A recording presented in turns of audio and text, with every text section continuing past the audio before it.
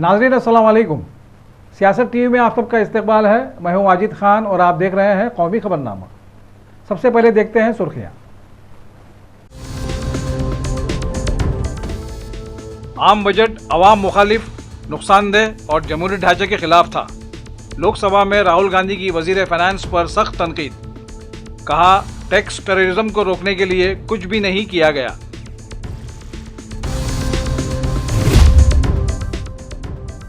राजेंद्रगंज coaching centre में तलबा की मौत के मामले की पार्लियामेंट में गूंज। अरकान पार्लियामेंट ने कसूरवारों के खिलाफ सख्त कार्रवाई का किया मुतालबा।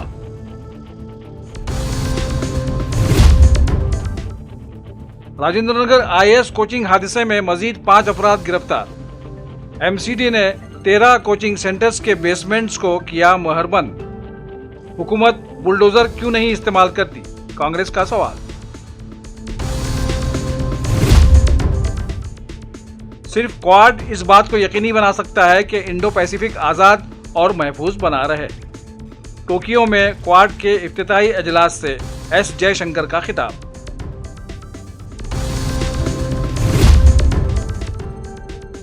और पेरिस ओलंपिक बैडमिंटन में लक्ष्या सेन के बाद सात्विक चिराग की जोड़ी ने भी किया जीत से आगाज। शूटर मनु भाकर को वजीर आजम ने दी मुबारकबाद।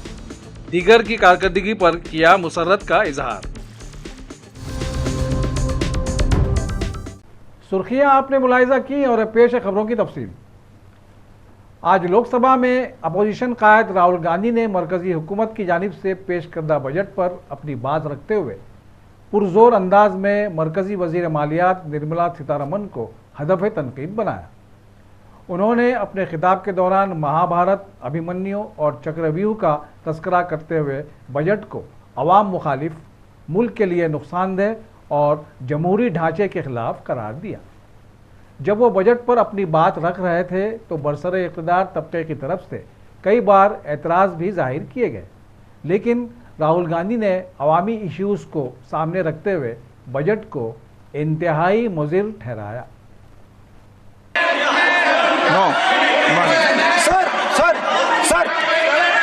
सर फोटो दिखाना गलत नहीं है सर। आपकी परमिशन लेके परमिशन नहीं है आपको। सर मैं ये फोटो दिखाना चाह रहा हूँ। मैं समझाना चाह रहा हूँ। नियम के तहत परमिशन नहीं है माननीय। अच्छा सर, मैं ये फोटो समझाना चाह रहा हूँ। सर इसमें ये जो बजट का जो हलवा है सर, ये बट रहा है। और इस फोटो में सर मुझे एक ओबीसी अफसर नहीं दिख रहा, एक आदिवासी अफसर नहीं दिख रहा, एक दलित अफसर नहीं दिख रहा है मुझे।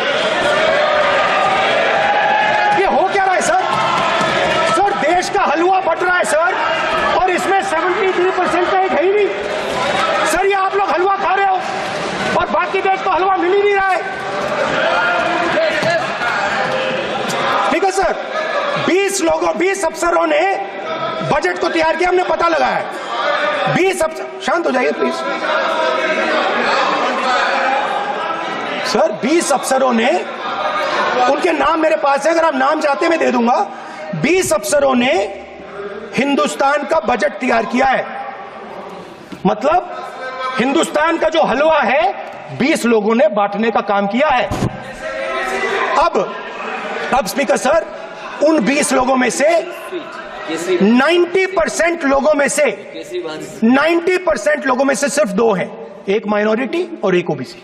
और इस फोटो में एक भी नहीं है। मतलब फोटो में आपने पीछे कर दिया, वो भी पीछे चल गया। फोटो में तो आने नहीं दिया आपने। कोई नहीं आ सकता। और मैं चाहता था कि बजट में जाति जनगणना की बात उठे, जो पूरा देश चाहता है। 90% हिंदुस्तान जाति, 95% जाति जनगणना चाहता है। कौन चाहते हैं? दलित चाहते हैं, आदिवासी चाहते हैं, पिछड़ा वर्ग चाहता है, गरीब जनरल कास्ट के लोग चाहते हैं, माइनॉरिटी चाहते हैं, सब चाहते हैं। क्योंकि सब लोगों को यह पता लगाना है कि हमारी भागीदारी कितनी है, हमारी हिस्सेदारी कितनी है। उनका कहना था कि इस बजट की नीयत सिर्फ बालादस्ती वाले सनतकारों, बालादस्ती वाली सियासत और एजेंसियों को मजबूत करने की है। कायद अपोजिशन ने यह इल्ज़ाम भी आयद किया कि मुल्क में टैक्स टेररिज्म का बोलबाला है, लेकिन इसे रोकने के लिए बजट में कुछ नहीं किया गया। उन्होंने अग्निवीर के मामले पर भी हुकूमत को घेरे में लिया। पहली बार सेना के जवानों को आपने अग्निवीर के चक्रव्यूह में फंसाया। इस बजट में अग्निवीरों के पेंशन के लिए 1 रुपया नहीं है। आप अपने आप को देशभक्त कहते हो, मगर जब अग्निवीरों की मदद करने की बात आती है, जवानों को पैसा देने की बात आती है, तो बजट में आपको 1 रुपया नहीं दिखाई देता। देश की सीमा की सुरक्षा जिन बहादुर जवानों के हाथों में रहती है, सेना के जवानों में, यह इतना संवेदनशील मुद्दा है इस देश की सुरक्षा का। सेना से जुड़े हमारे अग्निवीर के जवानों को लेकर जो देशवासियों को गुमराह करने की कोशिश की जा रही है, उस संबंध में मैं कहना चाहता हूं जब भी आपका आदेश होगा इस सदन के समक्ष मैं पूरी तरह से अपना अग्निवीरों को लेकर स्टेटमेंट देने को तैयार। दूसरी तरफ पहली बार सेना के जवानों को आपने अग्निवीर के चक्रव्यूह में फंसाया। सही बात। इस बजट में अग्निवीरों के पेंशन के लिए 1 रुपया नहीं है। आप अपने आप को देशभक्त कहते हो, मगर जब अग्निवीरों की मदद करने की बात आती है, जवानों को पैसा देने की बात आती है, तो बजट में आपको 1 रुपया नहीं दिखाई देता। उनकी पेंशन के लिए 1 रुपया आपने नहीं दिया, तो उनको आपने अग्निवीर के चक्रव्यूह में फंसाया। देश की सीमा की सुरक्षा जिन बहादुर जवानों के हाथों में रहती है, सेना के जवानों में, यह इतना संवेदनशील मुद्दा है इस देश की सुरक्षा का। और सेना से जुड़े हमारे अग्निवीर के जवानों को लेकर जो देशवासियों को गुमराह करने की कोशिश की जा रही है, उस संबंध में मैं कहना चाहता हूं जब भी आपका आदेश होगा इस सदन के समक्ष मैं पूरी तरह से अपना अग्निवीरों को लेकर स्टेटमेंट देने को तैयार। अरकान पार्लियामेंट ने पीर को लोकसभा में दिल्ली के राजेंद्र नगर में वाक़ कोचिंग सेंटर हादसे का मामला उठाया और इस मामले की तफसीली जांच और कसूरवारों के खिलाफ सख्त कार्रवाई का मुतालबा किया। बीजेपी की बांसुरी स्वराज ने वक्फा सिफर शुरू होते ही कोचिंग सेंटर में एक हादसे में 2 तालिबात और एक लड़के की मौत का मामला उठाते हुए कहा कि दिल्ली के राजेंद्र नगर में एक दिल दहला देने वाला वाक़या पेश आया, जिसमें 3 बच्चे हलाक हो गए। ये बच्चे अपना मुस्तकबिल रोशन करने आए थे, लेकिन दिल्ली हुकूमत की लापरवाही की वजह से उनकी जान चली गई। उन्होंने कहा कि दिल्ली में 1 दहाई से आम आदमी पार्टी की हुकूमत है, लेकिन हुकूमत दिल्ली के लोगों के लिए कोई काम नहीं कर रही है। उन्होंने हुकूमत से इस मामले की तहकीकात का मुतालबा किया। बहुत धन्यवाद अध्यक्ष जी कि आपने मुझे इतना महत्वपूर्ण विषय सभा पटल पे रखने के लिए अनुमति दी है। एक बहुत ही हृदय विदारक घटना घटी है ओल्ड राजेंद्र नगर में, जहां पर नाले का पानी वो पूरा का पूरा बेसमेंट में, कोचिंग सेंटर के बेसमेंट में भर गया और पूरा का पूरा बेसमेंट जलमग्न होने के कारण 3 छात्रों ने अपनी जान गंवा दी। ये बच्चे तेलंगाना, उत्तर प्रदेश और केरल से आए थे। अध्यक्ष जी, ये दिल्ली में IAS एग्जामिनेशन की तैयारी करने के लिए आए थे, अपना भविष्य उज्जवल करने के लिए आए थे, लेकिन बहुत दुख से मुझे कहना पड़ता है कि दिल्ली सरकार की लापरवाही, यहाँ तक कि आपराधिक लापरवाही के कारण इन बच्चों ने अपनी जान गंवा दी। अध्यक्ष जी, the cause of death of these 3 students is the utter and absolute apathy of the Aam Aadmi Party ruling dispensation in Delhi. The criminal negligence of the ruling dispensation of the Aam Aadmi Party in Delhi has caused the death of these 3 students. 1 दशक से आम आदमी party Delhi में सत्ता भोग रही है, लेकिन दिल्ली वासियों के लिए कोई काम नहीं कर रही। अध्यक्ष जी, पिछले 2 सालों से नगर निगम यानी MCD भी दिल्ली सरकार के नियंत्रण में है, दिल्ली जल बोर्ड दिल्ली सरकार के नियंत्रण में है, ड्रेनेज की सफाई दिल्ली जल बोर्ड के दिल्ली सरकार के नियंत्रण में है, लेकिन इन्होंने ना अपग्रेडेशन करी है, ना डीसिल्टिंग करी है नालों की।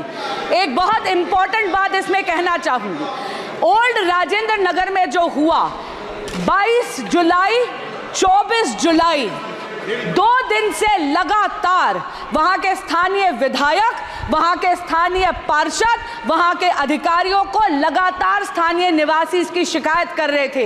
विधायक जी व्यंग तो कर रहे थे, लेकिन उन्होंने कोई एक्शन नहीं लिया। मेरा आपसे निवेदन है कि गृह मंत्रालय से अनुरोध करती हूं कि एक जांच समिति बनाई जाए, जहां पर ये जो दिल्ली सरकार जो केवल प्रचार प्रसार और भ्रष्टाचार में लिप्त है, इसमें इंक्वायरी बिठाई जाए। दिल्ली की नालों की सफाई क्यों नहीं करी जाए? दिल्ली जल बोर्ड चरमराती हुई व्यवस्था में क्यों है? पूर्णिया के एमपी ने भी राजेंद्र नगर वाकये पर लोकसभा में अपनी आवाज उठाई। उनका कहना था कि कोचिंग सेंटर्स तलबा का मुसलसल इस्तेसाल कर रहे हैं। उनका कहना था कि यह हादिसा पहला हादिसा नहीं है। यह बिहार तानिया हमारे बिहार की बच्ची थी। हम अपनी बहन को बता देना चाहते हैं, मिडिल क्लास की एक बच्ची तानिया जिनकी मौत कल हुई है। आगरा इसमें दो है। मैं ना बीजेपी और आम आदमी पार्टी की आलोचना में पूरे देश के बच्ची जो 60% बिहार के एसएससी यूपीएससी करने आते हैं या बाहर कोटा, लगातार हमारे कोचिंग अध्यक्ष महोदय, लगातार कोचिंग का मानक गाइडलाइन गवर्नमेंट के द्वारा नहीं होना, सुरक्षा की व्यवस्था नहीं होना, और एक घटना नहीं अध्यक्ष महोदय, एक मिनट, एक बार घटना नहीं घटी है। बार बार ये चर्चा आपके माध्यम से उठता है, आप इसको संरक्षित करते हैं, लेकिन इस पर माननीय अध्यक्ष जी, ये बहुत ही दर्दनाक घटना है और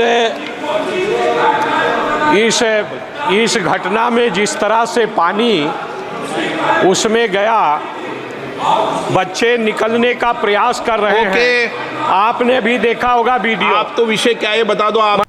कांग्रेस के रुकन शशि थरूर ने कहा कि जिस तरह का वाकया हुआ है वो बहुत संगीन है। उन्होंने कहा कि यहाँ ज़ाब्ते की संगीन खिलाफ वर्जी हुई है। इस मामले की इंक्वायरी होनी चाहिए ताकि आइंदा ऐसा वाकया दोबारा ना हो। आज़ाद रुकन पार्लियामेंट राजेश रंजन उर्फ पप्पू यादव ने कहा कि मुस्तकिल कोचिंग के मेयारात और हिफाजती इंतजामात की कमी संगीन मामला है। समाजवादी पार्टी के रुकन अखिलेश यादव ने कहा कि हुकूमत को बताना चाहिए कि इस वाक़े के जिम्मेदारों के खिलाफ क्या कार्रवाई की जा रही है। उन्होंने कहा कि यह सिर्फ एक इमारत का मामला नहीं है। हम उत्तर प्रदेश से देख रहे हैं कि जब वहाँ गैरकानूनी इमारतें बनती हैं तो बुलडोज़र का इस्तेमाल किया जाता है। क्या हुकूमत यहाँ भी बुलडोज़र इस्तेमाल करेगी? There is sadly a level of violations of basic norms when it comes to building codes, fire safety, flood safety and so on. That is rampant in the city. The corporation also has responsibility on this. So wait, I have seen in the hands of a journalist a certificate of clearance issued on the 9th of July, sir, by the corporation, allowing these people to do what they're doing, saying they're in compliance. Now, this kind of thing will have to be corrected, sir. At the same time, drains have to be cleaned. They're choked and clogged. Sir, let me just finish. The most important issue, and I say this on behalf of the family also, is to prevent such future tragedies. For this, there has to be a comprehensive inquiry, but there also has to be very specific steps taken to ensure that no other parents coming to our national capital from various parts of the country suffer this kind of loss and tragedies. Sir, इनका केरल का विषय था, इन्होंने उठा दिया। Pappu Yadav chairman Rajya Sabha Jagdeep Dhankhar ने भी इस वाक़े पर दुख का इजहार करते हुए कोचिंग सेंटर्स पर तनकीद की और उनका कहना था कि कोचिंग सेंटर्स एक कारोबार बन गए हैं। उनका कहना था कि हर दिन जब हम अखबार खोलते हैं तो कोचिंग सेंटर्स के इश्तिहारात की एक बड़ी तादाद से अखबार के सफ़े भरे हुए होते हैं। इससे साफ जाहिर होता है कि ये तालीमी इदारे नहीं बल्कि कारोबारी इदारे हैं और उनका मकसद तालीम देना नहीं बल्कि पैसा कमाना है। Coaching has become virtually commerce. In a country where opportunities are getting, this silo is turning out to be a problem. I find that youth demographic dividend of the country has to be nurtured. I further find that coaching has become virtually commerce. Every time we read a newspaper, front 1 or 2 are by way of advertisements. In a country where opportunities are getting, this silo is turning out to be a problem. the honorable member, I deem it appropriate to have a short duration discussion or a calling attention under 176 or under Rule 180. For that, I will confer with the leaders of the parties immediately after after 0 hour begins. Delhi के old Rajendra Nagar में Rao IAS coaching centre basement हादसे मामले में Delhi police ने मजीद 5 मुलजिमीन को गिरफ्तार किया है। इससे कबल इतवार को पुलिस ने कोचिंग सेंटर के मालिक और कोऑर्डिनेटर को गिरफ्तार किया था। इन 5 मुलजिमीन की गिरफ्तारी के बाद इस मामले में गिरफ्तार मुलजिमीन की तादाद 7 हो गई है।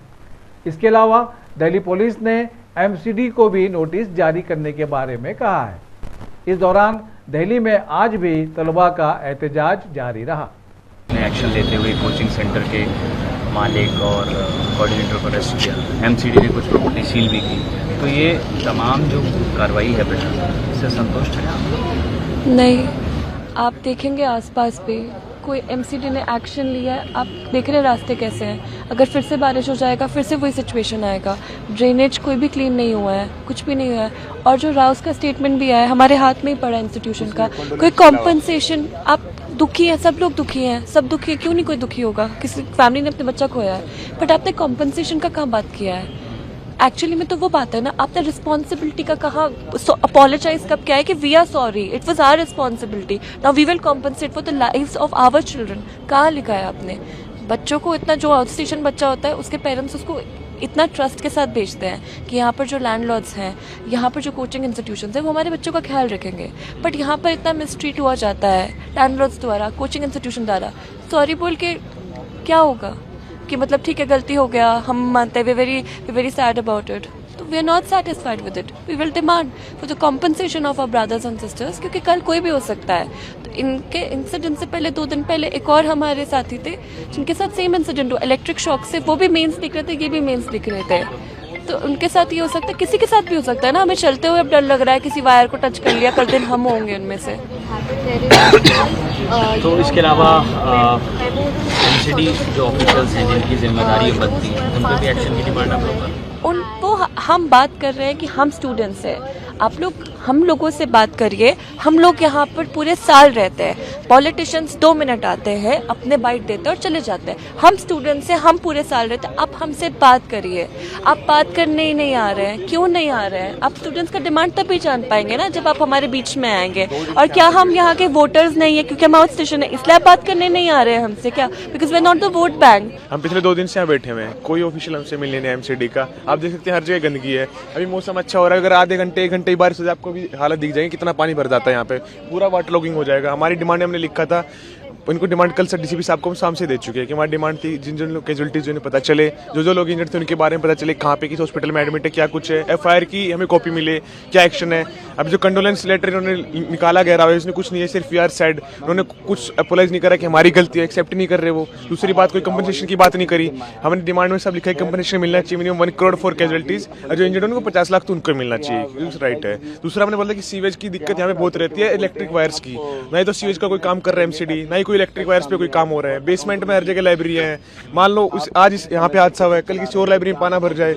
बारिश तो होगी, मानसून से आ रखा है, हर साल आता है, लोग को पता नहीं, हम यहाँ पे रह रहे हैं तो हर बार बारिश में ये दिक्कत होता है। ये वजीर बड़ा बाजार रोड का, इसको बड़ा बाजार रोड बोलते हैं यहाँ पे राजेंद्र नगर में, आगे जो चौक है ना, हर साल बारिश में पानी भर जाता है यहाँ पे। जो लोकल उससे पूछ लो, रिक्शा वाले, कई ऐसी जगह यहाँ पे जहाँ पे वाटर लॉगिंग होती है, इसका कोई समाधान नहीं होगा जब तक MCD से। तो हम कैसे हमारी लाइफ को सेफ समझे, कोई इतनी दूर से आ रहा है, पेरेंट्स ने हमें भेज रखा है यहाँ पे, तो कोई बेनिफिट है हमारे यहाँ पे।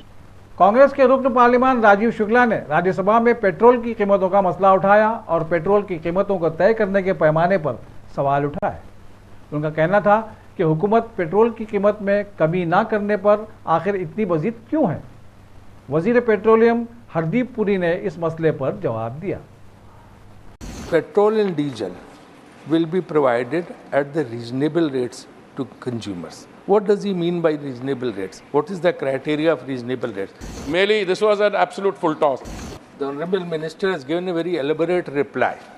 And in the last para of his reply, he has said under the USOs, Universal Service Obligations, the petrol and diesel will be provided at the reasonable rates to consumers. What does he mean by reasonable rates? What is the criteria of reasonable rates? Because in world market, prices have gone down, but we are still giving consumers at the higher rate, both petrol and diesel. This is a very serious problem, sir. So you please define what is the reasonable rates to consumers. You have asked it, you see. Honorable Minister. I am deeply grateful to the honorable member for having asked Honorable this Minister, question. I every time get very suspicious when the minister is grateful to the member. Yes, because when full tosses are thrown at in a cricket tournament. Okay. So So it was a full toss. This was an absolute full toss. Sir, I would like to remind the honorable member that the petrol and diesel were deregulated when the then government was in office between 2004 and 14.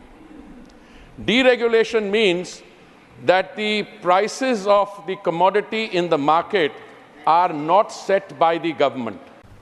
वज़ीर ख़ारजा S Jaishankar ने आज पीर को quad के वज़राए ख़ारजा की meeting में कहा कि सिर्फ क्वाड ममालिक के दरमियान ताउन ही इस बात को यकीनी बना सकता है कि हिंद बहरुल काहिल ख़ित्ता आज़ाद, खुला, महफूज और खुशहाल बना रहे।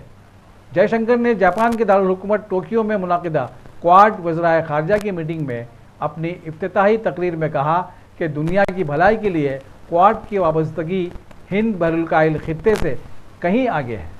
उन्होंने कहा कि यह आसान वक्त नहीं है। आलमी इक़्तिसादी तरक्की को यकीनी बनाना और साथ ही ख़तरात को कम करना एक बड़ा चैलेंज है। Dear colleagues, it's very good to meet again here in Tokyo. Our last Quad Foreign Ministers meeting was 10 months ago in New York. In that period, we have met each other bilaterally or on the sidelines of other events. Our systems, however, led by our Sherpas, have been continuously interacting. So there is much today to talk about, to agree on, and to plan ahead.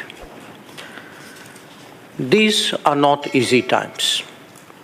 A major challenge is to ensure global economic growth while also de-risking it. Supply chains are a particular focus for resilience, just as we push for trusted and transparent digital partnerships. The march of technology has also acquired extraordinary proportions, holding possibilities of the very manner in which we live, think, and act. In a sense, we are in the midst of a re-globalization. At the same time, it is only our collective endeavors that can proof the international system against disruptions, man-made or natural. But we have significant additional responsibilities as well. As political democracies, pluralistic societies, and market economies, there is the key question of upholding a rules-based order. It is only our collaboration that can ensure that the Indo-Pacific remains free, remains open, stable, secure, and prosperous. The commitment to doing global good that we have all undertaken has a resonance far beyond this region. It is therefore essential that our political understanding strengthens, our economic partnerships grow, our technology collaborations expand, and our people-to-people comfort intensifies. Our meeting should send a clear message that the Quad is here to stay, here to do, and here to grow. CBI ने आज यानी पीर को दिल्ली के वज़ीर आला अरविंद केजरीवाल और दीगर मुलजिमीन के खिलाफ मुबैना शराब घोटाले से मुताल्लिक बदनुमानी के मामले में एक खुसूसी अदालत में चार्जशीट दाखिल की। इस चार्जशीट में CBI ने केजरीवाल को मुलजिम बनाया है। CBI ने यह चार्जशीट ऐसे वक्त में दाखिल की है जब दिल्ली हाई कोर्ट में केजरीवाल की जमानत की दरख्वास्त पर समाअत होने वाली है। दिल्ली के साबिक नायब वज़ीर आला मनीष सिसोदिया की जमानत की दरख्वास्त पर सुप्रीम कोर्ट में समाअत 5 अगस्त तक मुलतवी हो गई है। मनीष सिसोदिया ने अपनी जमानत में अपने गुज़िश्ता 16 माह जेल में बंद रहने का हवाला देते हुए जमानत तलब की है। अदालत ने कहा कि सीबीआई का जवाब दाखिल हो चुका है, ईडी का जवाब आना बाकी है। हम इसे 1 अगस्त तक का वक्त दे रहे हैं। अदालत ने इसके बाद समाअत के लिए 5 अगस्त की तारीख तय की है। उत्तर प्रदेश के शहर अलीगढ़ में वाक़ अलीगढ़ मुस्लिम यूनिवर्सिटी ने एक नई कहानी लिखी है। अलीगढ़ मुस्लिम यूनिवर्सिटी ने इंडिया टुडे की बेहतरीन रैंकिंग में पहली पोजीशन हासिल की है, जिसकी वजह से कई तलबा और अहदेदारों में जोश व खरोश पाया जाता है। उनका कहना है कि यहाँ होने वाली मुख्तलिफ़ किस्म की तहक़ीक़ और ईजादात की वजह से यूनिवर्सिटी को मुल्क में एक अलग शनाख्त मिली है। यही वजह है कि हर रोज़ इसके नाम के साथ कोई ना कोई कारनामा शामिल होता रहता है। अलीगढ़ मुस्लिम यूनिवर्सिटी की वाइस चांसलर प्रोफेसर नईमा खातून ने दर्जाबंदी पर खुशी का इजहार किया और फैकल्टी मेम्बरान और मुहक्किकीन पर जोर दिया कि वो यूनिवर्सिटी को इसके तालीमी मियार, इख्तिराआत और नतीजे पर मुबनी तहक़ीक़ के लिए मुल्क में पहले नंबर पर आने के लिए सख्त मेहनत करें। यूनिवर्सिटी की रैंकिंग कमेटी के chairman professor M Salim Baig ने कहा कि मज़कूरा रैंकिंग में आला मुकाम हासिल करना अलीगढ़ मुस्लिम यूनिवर्सिटी बरादरी के लिए बड़ी फ़ख्र की बात है। इसका सेहरा तमाम स्टेक होल्डर्स को जाता है, जिनमें यूनिवर्सिटी इंतज़ामिया, असातिज़ा, गैर तदरीसी अमला, तलबा और साबिक़ तलबा शामिल हैं। एयर पिस्टल शूटिंग में हिंदुस्तान की खातून शूटर मनु भाकर की बेहतरीन कारकर्दगी के बाद कुछ दीगर शोबों में भी हिंदुस्तान के लिए अच्छी खबरें सामने आ रही हैं। बैडमिंटन में लक्ष्य सेन ने सिंगल्स मुकाबले में आसान जीत हासिल कर ली है, जबकि बैडमिंटन के मेंस डबल्स मुकाबले में सात्विक चिराग की जोड़ी ने भी शानदार फतेह हासिल की है।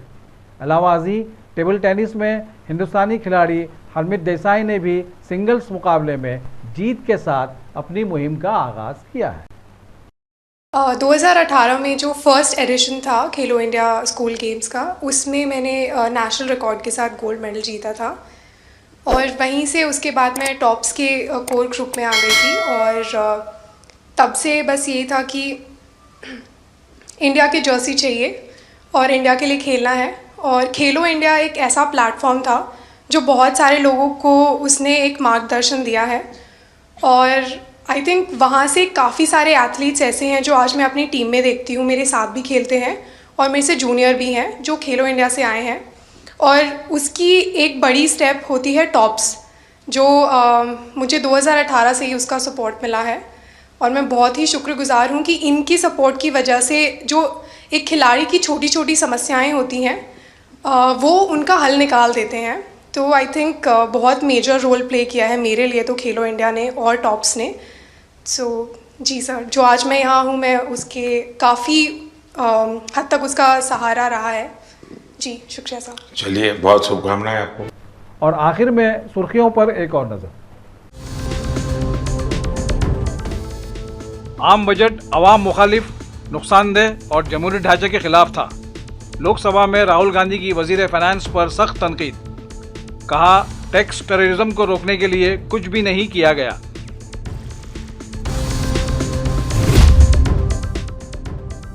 राजेंद्रगंज कोचिंग सेंटर में तलबा की मौत के मामले की पार्लियामेंट में गूंज। अरकान पार्लियामेंट ने कसूरवारों के खिलाफ सख्त कार्रवाई का किया मुतालबा।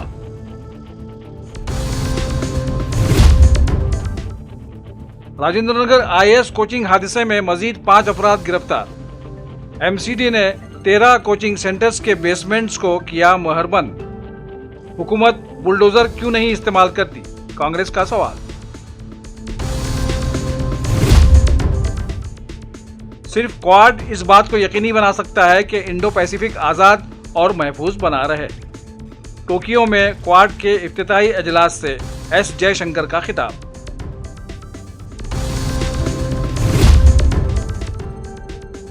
और पेरिस ओलंपिक बैडमिंटन में लक्ष्य सेन के बाद सात्विक चिराग की जोड़ी ने भी किया जीत से आगाज। शूटर मनु भाकर को वजीर आजम ने दी मुबारकबाद। दीगर की कारकर्दगी पर किया मुसर्रत का इजहार। इसी के साथ कौमी खबरनामा यहीं अपने इख्तिताम को पहुंचता है। सियासत की पूरी टीम के साथ वाजिद खान को दीजिए इजाज़त। अल्लाह हाफिज़।